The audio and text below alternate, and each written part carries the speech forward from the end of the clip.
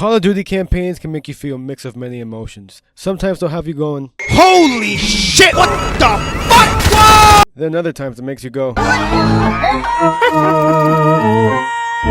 Black Ops 3 is remembered for a lot of things. The zombies, the multiplayer. Train go boom. Nobody, however, seems to remember fondly of the Black Ops 3 campaign. And for good reason. I mean, what's it even about? Well, after having just played it, I don't know. The Black Ops 3 campaign is one of the most convoluted, confusing stories I've ever played. Characters will just reference organizations and events that I've never heard of and just assume I already know what they're talking about. If I had to explain what I mean, it'd be like going to see a movie and instead of it starting from the beginning, it starts at the halfway point. You'd be lost. Stop acting like you know the way ahead, like you know the rules. There are no rules, man. We're lost. No. You play as Player. Yeah, that's his name. It says it in the subtitles, so that's what I'm gonna call him. Could they have at least tried even a little? In Fallout 4, if you gave yourself a common name that most people have, Codsworth would actually refer to you by that name. Mr. Fuck. Mr. Fucker. Mr. Fuckface. And Player is so unrelatable and bland. The only thing we have in common is we both don't even sound excited to be playing this game. That doesn't make sense. That makes no sense. The voice actor just isn't convincing, especially towards the end when he starts screaming like a fucking lunatic. It cannot overcome the warmth of your beating heart. Can you hear it? You have only to listen. Do you hear it alone? Do you hear it slowing? You're out of control. Unacceptable! And that pretty much just summarizes him. This guy just acts like a little bitch. You're messing with my mind. What about what's going on in that pinhead of yours? Then there's your partner Hendricks, who's with you most of the game. And then Kane, who spends most of the time just talking to you through the comms. There's Taylor, which yeah, I'll get into him soon. Train go boom. There's others, but they're not important at all, and you barely even see them. I can't stand anybody. In fact, they can't even stand each other. So what's the plot of Black Ops 3? Fuck if I know. There's so many deviating plot points and really no central goal. In Black Ops 1, you had to remember the numbers. In Black Ops 2, it was to stop Raul Menendez. Here? Train go boom. In the first mission, a robot rips your limbs off and beats the shit out of you. You wake up in a hospital bed recovering from it, and also being introduced to the new cyberware installed in you, the DNI. Now this is cool. DNI lets you run simulations in your head like past events, so it can show you how you could have prevented tragedies, which this mission touches on. It also lets you extract intel and memories from people before they die, if they also have a DNI in them. And you can share these experiences with other people. What isn't cool is the exposition bomb the game throws at me with explaining technology. Vandahar, my boy. Nobody cares about the specific, excruciating, minute details of technology that doesn't even exist. Save that shit for collectible items or intel logs. Cyberpunk 2077 did this too. Just let me play the game. The average demographic of Call of Duty players are 12-year-olds who fucked my mom and yell racial slurs. I'm pretty sure they don't care or have any idea what half this shit means. All they know is, no, get the camera! This is also a foreshadowing of how dumb the writing and dialogue is for this game. Nice to see you, Jacob. You too, John. You look different. You still seeing Rachel? That didn't work out. So you get new cyberware after a traumatic attack, and you're in simulations trying your new DNI. And once again, the game loses me. Who are these terrorists that blew up the train? Who was the leader behind this? You would think they'd be important, but nope, he's just called a terrorist. Besides, he's a fucking terrorist. Then you have to overthrow a terrorist group called the 54 Immortals. Who are they? I don't know. They really never explained why I have to fight them all. All I got was this quick summary from Hendricks. The Immortals run a well-established trade in human flesh. They sell people for whatever purpose you may want them.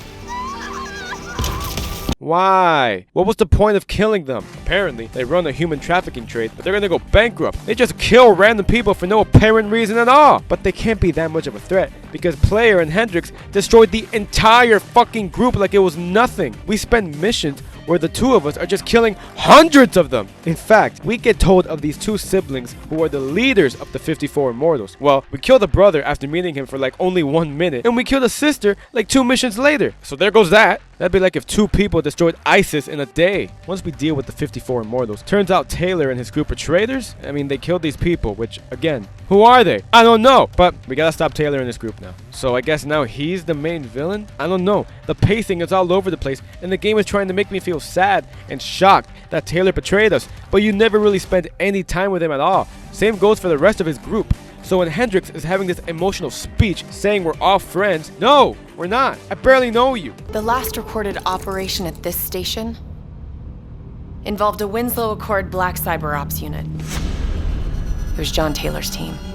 Don't care.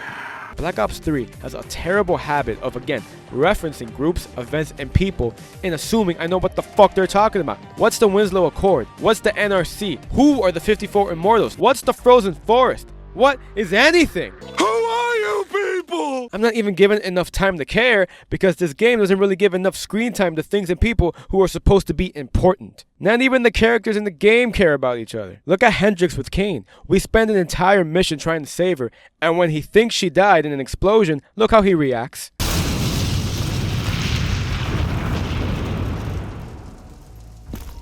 Fuck. I guess the mission's over. Find us transport. Falling back to the panic room. Initiating code black. Good to know you're still kicking. Did you hear Taylor coming through on comms? This kind of reminds me of Star Wars Revenge of the Sith when Anakin and Obi-Wan are talking about and reminiscing about past missions with each other as if we have any idea what they're talking about. Even with Hendrix. In the game, we've gone on missions for 5 years, but we're really only just meeting him at the tail end of our relationship. So when shit hits the fan at the end, you don't really care, you just met the guy, and half the time you're arguing with him anyway. You're my friend.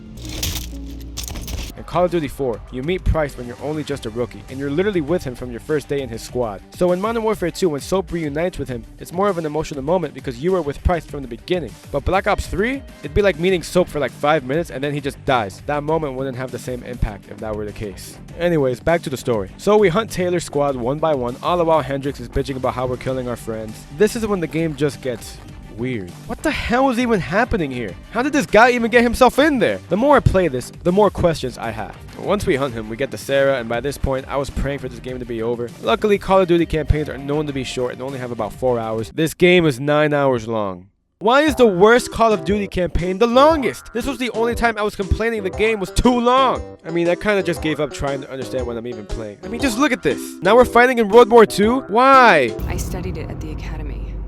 I cited it in my final paper as one of the greatest examples of courage and bravery in military history. Remember, when you enter someone's DNI, you're looking into their memories. So, because she wrote a paper of a battle from World War II, she can perfectly imagine how it actually took place, as if she was actually there. Well, she must have fucking failed that paper because the soldiers here are using futuristic guns. Remember in World War II when some asshole was flying around in an exosuit and there were fucking mechs walking around? This is getting ridiculous. I'd rather be playing zombies. At least that's fun.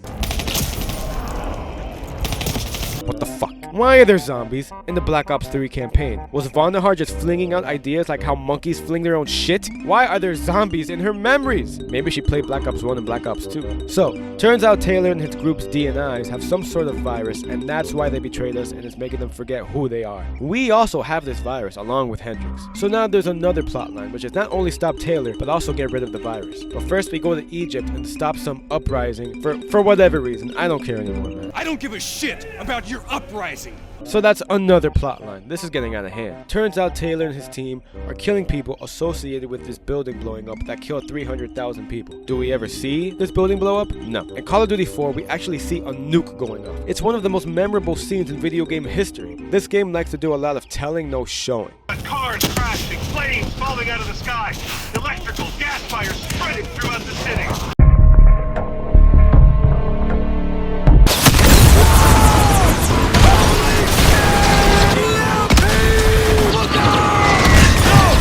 Alright, so now we gotta stop the leader of this uprising. He's been wanted for years for numerous crimes again. And there he goes. Okay, by the way, how did we lose Taylor when we were just chasing him down? He walked out of the room! How the hell did he get so far away just walking? Once we do get to him, it becomes a boss fight, which is actually pretty fun. This campaign has a few boss fights, and I gotta say, they're actually pretty fun. So finally, Taylor rips out his DNI, and he's actually kind of okay. So after all that time chasing him down, we can finally get back to how things used to be, and Hendrix can stop What the fuck?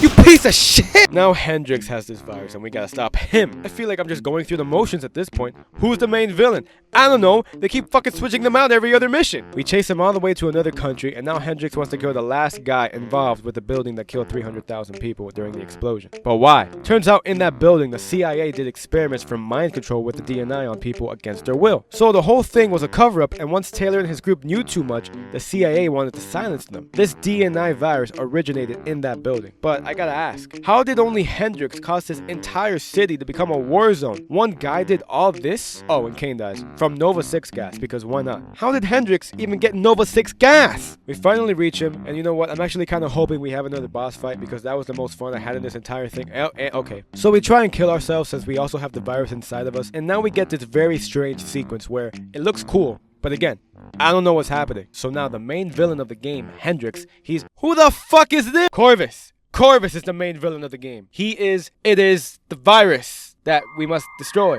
I don't know anything. Well, anyway, we gotta stop Corvus. And Jesus! Okay, let me just stop right here. You know, this game is very violent. And I'm not trying to sound like a pussy. You know, violence should be used as a tool to progress the story further, okay? In Modern Warfare 2, you had no Russian. Now, that game, looking back on it, was a pretty boring mission. You really don't do much. You're kind of just walking around shooting people. So the mission was mainly used as shock value. And while it was shocking and really wasn't a fun mission, it did add on to the story and it helped progress things, okay? So it made sense to be violent. The only thing that made sense here was the robot beating the shit out of you because now you have cybernetic stuff installed in you. So now that kind of makes sense. What's the point of just killing people for no reason? What's the point of ripping this guy to shreds? So now we gotta go through this entire crazy sequence from our DNIs to stop Corvus and burn these hearts. Okay. And then we wake up and that's the end? What did I just play? So we go from getting wrecked by a robot to the 54 Immortals to Taylor and his group to an Egyptian uprising to Hendrix and then Corvus? I played through it all, and I don't understand this ending. So I had to do external research, and this is what it meant. Alright, so the twist is after you got mutilated by that robot,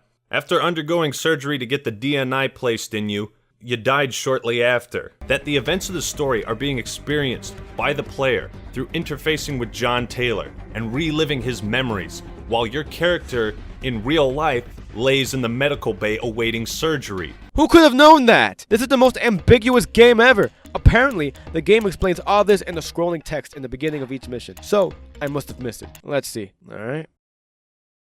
Huh? The only way to even comprehend what was just shown is to pause the game in some editing software like I'm doing. That's the story, if you can even call it that. Black Ops 3 had the potential to be one of the best Call of Duty campaigns. It had some great ideas, but were just executed poorly, along with the pacing that was all over the place. Like Hendrix just left us, and by the next mission he caused the destruction of an entire city. How does that work? And Taylor just left his room, walking, and he was already halfway across the map. No, he was already at the end of the map. Oh, and gameplay? Well, I'll give credit and say there's a hub area for each mission where you can customize loadouts, see stats, change up your character, so that's cool. You can even give your guy different abilities and power-ups like being able to hack robots and drones. The problem is, this is a Call of Duty campaign. They aren't exactly known for their complex gameplay. You just go from point A to point B and shoot anyone you see. So having all these wacky abilities is pretty pointless when you're really only given one way to play the game. Hell, the game wouldn't even let me go next to this car. Like, why? I'm not even outside the map. Add on to the fact that the story itself is boring. So why would you even play this more than once? Which begs the question, why is there a ranking system in the campaign? Who is Master Prestige in this? If you are, here, see that? That's grass. Go touch it. Anyways, what did you guys think? Do you like or dislike the Call of Duty Black Ops 3 campaign? Let me know in the comments below. If you enjoyed the video, give it a thumbs up, subscribe, and yeah, thanks for watching.